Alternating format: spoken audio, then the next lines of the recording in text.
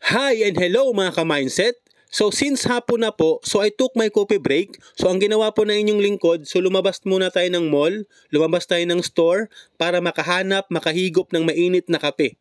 Kasi medyo burnout na po yung inyong lingkod. Siyempre sa katutok ng laptop maghapon, sa ka-assist ng mga client, kakabantay ng ating manpower, at the same time, to make all things done in the store naman po. So, yun nga, humigop muna tayo ng kape para makapag-refresh, para bakbaka naman uli mamaya bago tayo umuwi. So, anyway, may nakita ako isang maraming isda dito mga ka-mindset, ang lalaki ng mga aquarium, ang gaganda ng mga isda. Sakto lang din ang presyo, hindi siya ganun kamahal. Sakto lang, affordable yung mga presyo mga ka-mindset. Kumbaga, natuwa lang ako, dinaanan ko lang to. Anyway, hindi pa ako nakabili ng kape mga ka-mindset. So, binidyohan ko talaga siya kasi namangha ako sa aking mga nakita. Kasi, for your information mga ka-mindset, kahit hindi man ka interesado, dati kasi nag-aalaga din ako ng isda. So, meron akong, I think, pangalawang aquarium na nabili na yun.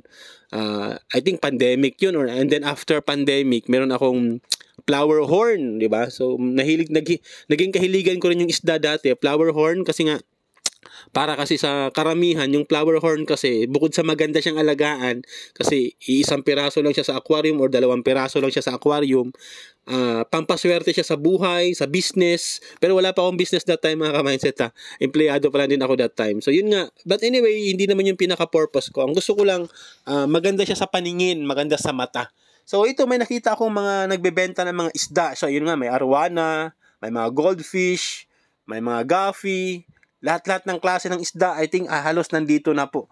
Although hindi naman lahat pa, pero marami silang variety ng mga isdang pang-ornamental, pang-palamuti. Diba? Siyempre, yung ito, pang-palamuti ito eh. Diba? So marami dito mga ka-mindset. Along Caloocan lang din naman to, sa gilid lang din ng Grand Central. I don't know kung gilid ba o likod. Anyway, PM nyo lang sa akin kung gusto nyo makita itong nagtitinda ng mga isda. Isang ano siya, sabi nating tindahan siyang, sakto lang din yung laki, pero makakabili ka ng maraming variety ng mga isda na gusto mong pampalamuti sa bahay mo. So yun lang, na-refresh lang ako.